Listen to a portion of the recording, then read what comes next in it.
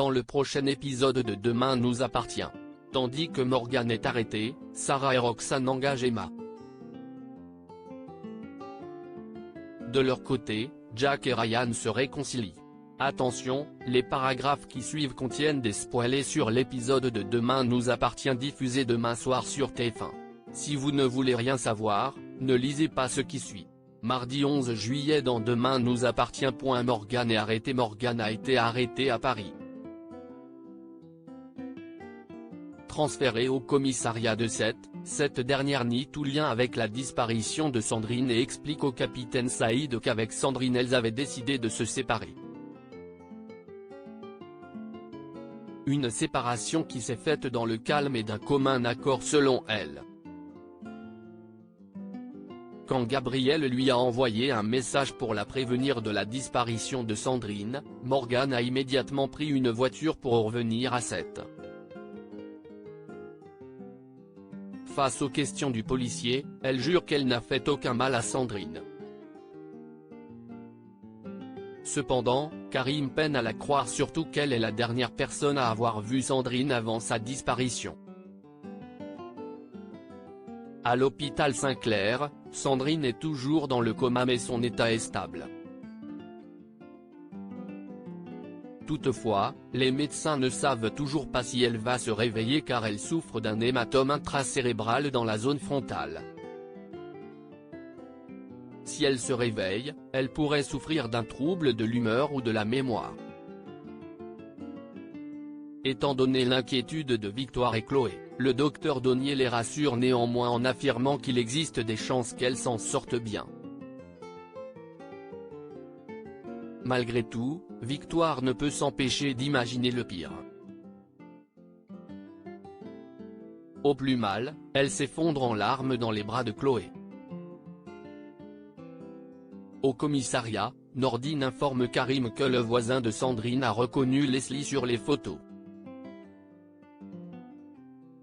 Ce dernier a d'ailleurs confirmé que la jeune femme s'est rendue chez sa maîtresse à 2 reprises vendredi. Une première fois à 14h30 puis la seconde à 16h30. Leslie étant officiellement innocentée, Morgan devient la principale suspecte dans cette affaire et est placée en garde à vue. De son côté, Soraya annonce la mauvaise nouvelle à Gabriel. Soraya s'engage alors à assurer la défense de Morgan gratuitement. En effet, elle n'a pas oublié que Gabriel avait été là pour elle quand elle allait mal. Au poste, Leslie croise Morgan et l'accuse de l'avoir frappé et balancé dans une barque. Comme elle ne comprend pas de quoi elle parle, Georges lui apprend que Sandrine est à l'hôpital et que son pronostic vital est engagé. Un coup dur pour Morgan. À l'hôpital, Bénédicte profite de croiser Victoire et Chloé dans les couloirs pour faire quelques révélations. Jeudi dernier, elle a vu Sandrine et Gabriel se disputer devant l'hôpital. Cherchant à savoir pourquoi sa mère était aussi mal, celui-ci s'est montré plutôt menaçant. Immédiatement, Gabriel est interrogé par la police en présence de son avocate. Au cours de l'interrogatoire, le jeune homme confirme avoir eu une dispute avec Sandrine au sujet de la tentative de suicide de sa mère. Lorsque le policier sous-entend qu'il aurait pu retourner au domicile de Sandrine le vendredi pour poursuivre leur conversation, Soraya intervient et certifie qu'elle n'a pas quitté Gabriel de la journée. Non loin de là, la police scientifique procède à quelques relevés aux abords de l'étang de Ta où la barque de Sandrine a été retrouvée. D'après les premières constatations, Sandrine aurait été agressée entre 12h et 13h30. Dans la foulée, les policiers découvrent dans l'étang le tapis de la maison de vacances de Sandrine et Morgan couvert de sang. En fin de journée, Victoire et Chloé sont au chevet de Sandrine. En parallèle, Leslie est dans le couloir et regarde la femme qu'elle aime à travers la vitre puisque Victoire lui a interdit de venir. En la voyant, Chloé ne peut s'empêcher de remarquer à quel point Leslie ressemble à Morgan.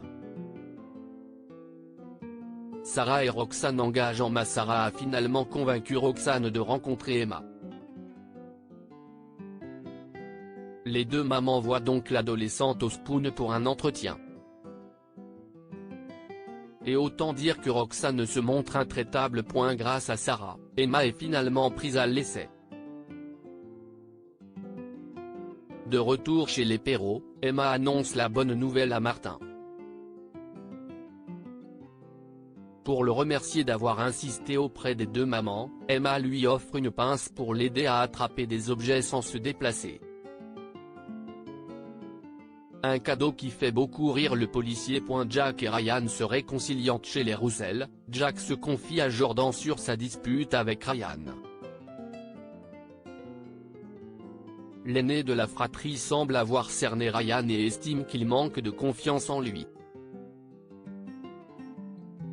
Il conseille donc à son frère de lui dire ce qu'il veut entendre.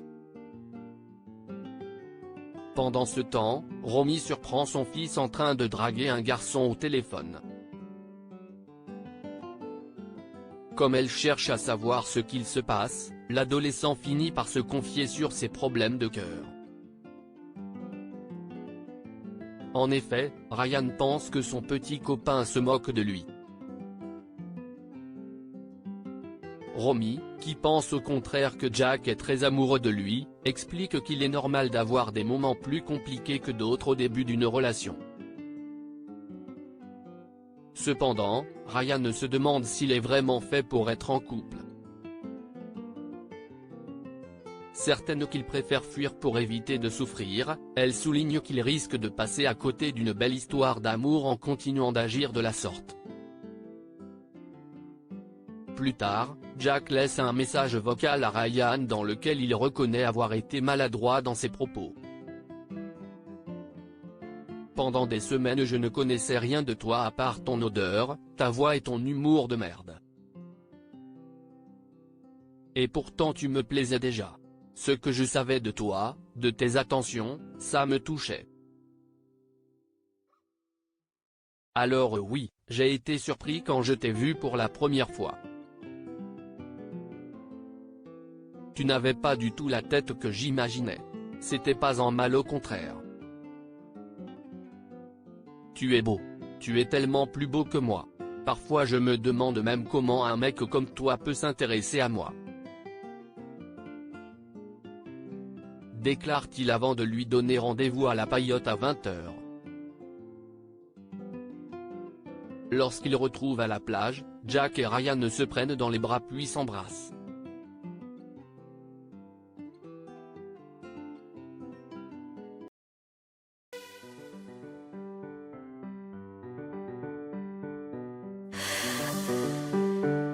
날